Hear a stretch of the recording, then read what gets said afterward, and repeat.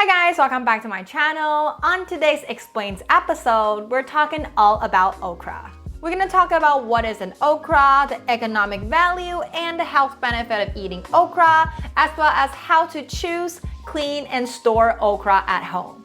Check it out.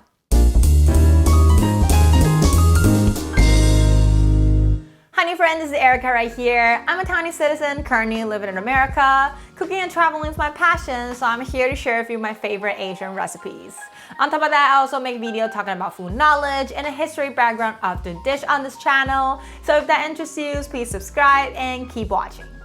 Okra, aka the lady's finger, is a cultivated plant improved by human by selective breeding. It is a flowering plant that's known for its edible pods. Even though it is biologically classified as a fruit, but it is generally utilized as a vegetable in cooking. The whole plant can grow up to 2 meters tall, and the part that we eat, which is the pod, can grow to 4 to 10 inches long, and a half or almost an inch in diameters. It's covered with hard fluffs with a pointy tip, and when you slice them open, they're mostly in pentagonal or hexagonal shape and packed with seeds.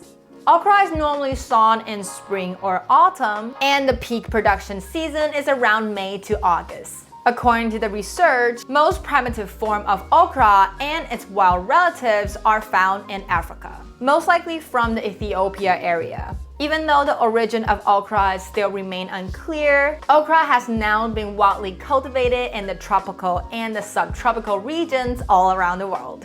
What is okra's economic value? Okra is not only a popular food in Africa, it is also popular in India, Southeast Asia, Japan, Brazil, Turkey, Spain, as well as the southern US. The leading okra producing states in the US are Texas, California, Georgia, and Florida. And besides okra's pods, the leaves of the okra can also be used as a vegetable. And the seeds of the okra are usually used as a substitute for beans and added to rice or soup. Medical-wise, the leaves of the immature pods of okra have long to be used to make plasters for relieving pain, moisturizing the skin, and treat urinary system disease. What are the health benefits of eating okra?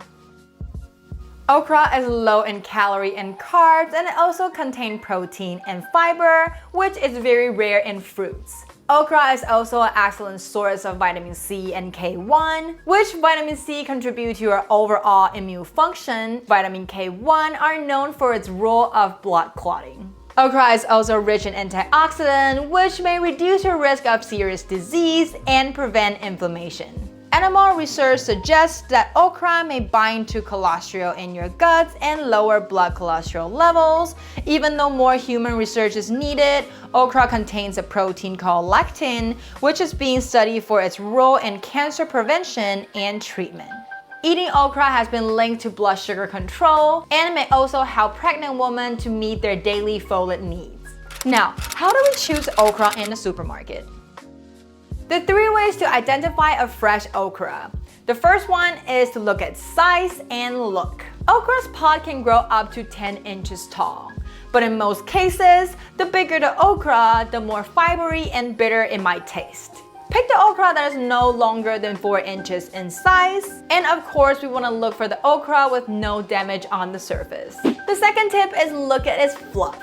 The biggest feature of okra is that there are many little tiny fluffs on the surface of the pod, which is also a focus when buying. During the transportation of okra, the fluff will gradually be damaged over time due to constant friction. The less the fluff, that means the longer they have been harvested. As a result, the more obvious the fluff, the fresher it is. Last but not least, just look at its color. Look for the bright green color pods. When the okra is too ripe, it will start turning to darker green and then brown. And the okra that is too ripe, you can touch it and feel the slippery and slimy on the surface of the pod. Now, how do we properly clean our okra? Even though the fluffs on the okra means it's fresh, it doesn't really taste that good. So the best way to get rid of its fluffs is to sprinkle some salt on it and use it as an exfoliator to rub up the fuzz. You can use as much salt as you want and do it one by one so you can really rub in the salt and clean the surface well.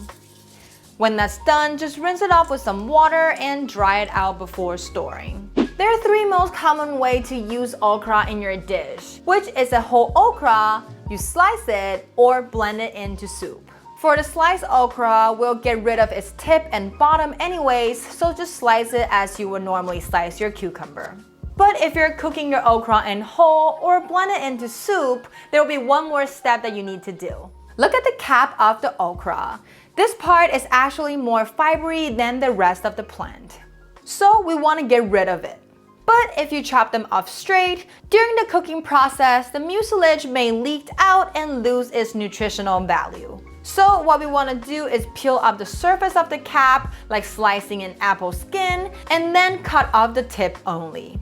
And now we got some beautiful and clean okra. Let's learn how to store it at home. You can place your okra in a paper bag, mesh bags, or wrap it in paper towel before putting it into a container. Just like how you would store a mushroom. If you're going to use your okra within 3 days of purchase, you can just keep it in the refrigerator. But if you want to keep it for longer, the best way to do is blanch then freeze. Clean your okra well, including trimming the rubbery cap, and then blanch them in hot water with some salt and olive oil for around 3 minutes.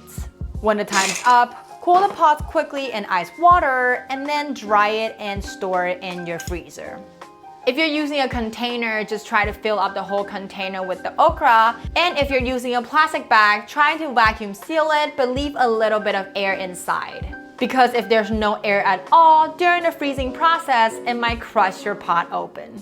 Now we already learned all we need to know about okra. Next week, I'll be sharing with you 3 simple vegan Chinese okra dishes, so stay tuned for that. But before you go, as usual, we're gonna learn some Chinese.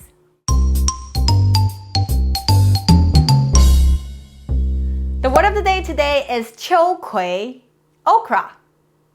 And I think that's it. Okra is 秋葵. Thank you for watching to the end. Let me know if these information are useful for you by giving this video a thumbs up. It's only gonna take you a second, but it means a lot to me. I make video on YouTube every Monday and Thursday, so remember to hit that bell and you'll never miss out. Last but not least, don't forget to subscribe on my channel if you haven't already, and I'll see you next time. Bye!